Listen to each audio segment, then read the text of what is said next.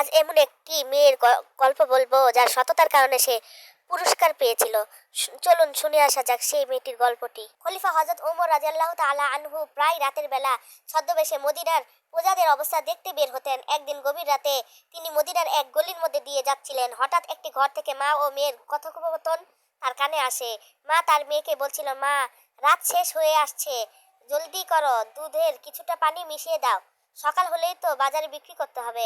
মেয়েটি অত্যন্ত বিনয়ের সাথে উত্তর দিল, মা, আপনি কি আমিরুল মুমিনের নির্দেশ শোনেননি? তিনি দুধে পানি মেশাতে কঠোরভাবে নিষেধ করেছে। মা ক্ষোভের সাথে বললেন, আরে রাখো তোমার খলিফার কথা। খলিফা ওমর কি এখন আমাদের দেখছেন? তিনি তো নিজ ঘরে ঘুমাচ্ছেন। এই শেষ রাতে তিনি কিভাবে জানবেন যে আমরা দুধে পানি মিশাচ্ছি কিনা? মেয়ে উত্তরটি ছিল অত্যন্ত চমৎকার এবং ইমানের ভরপুর। সে বলল, মা, খলিফা ওমর হয়তো আমাদের দেখছে না, কিন্তু ওমরের রব আল্লাহ তো আমাদের দেখছেন, যিনি আমাদের সৃষ্টি করেছেন। তার চোখ থেকে তো আমরা কিছুই লুকাতে পারবো না। তাঁবুর বাইরে দাঁড়িয়ে খলিফা ওমর রাদিয়াল্লাহু তাআলা আনহু পুরো ঘটনা শুনলেন। মেয়েটির সততা এবং আল্লাহর প্রতি গভীর ভয় দেখে তার মন জুড়িয়ে গেল। তিনি বাড়িটি চিহ্নিত করে রেখে নিজের প্রাসাদে ফিরে গেলেন।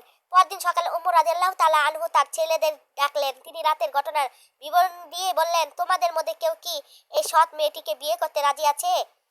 পিতার প্রস্তাবে তার ছেলে হযরত আসেম রাদিয়াল্লাহু তাআলা আনহু সেই দুধ বিক্রেতা মেয়ের সাথে বিবাহ বন্ধনে রাজি হলো।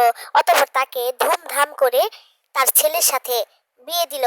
এই সৎ মেয়ের বংশে পরবর্তীকালে জন্মগ্রহণ করেছিলেন ইসলামের ইতিহাসে অন্যতম শ্রেষ্ঠ ন্যায়পরায়ণ এবং বিখ্যাত খলিফা হযরত ওমর ইবনে আব্দুল আজিজ রাদিয়াল্লাহু তাআলা আনহু, যাকে অনেকে ইসলামের পঞ্চম খলিফা হিসেবে গণ্য করেন। মানুষ যখন লোকচক্ষুর অন্তরালে থেকেও একমাত্র আল্লাহকে ভয় করে, কোনো অন্যায় কাজ থেকে বিরত থাকে, আল্লাহ দুনিয়া এবং আখিরাত উভয় জগতেই তাকে সম্মানিত করেন।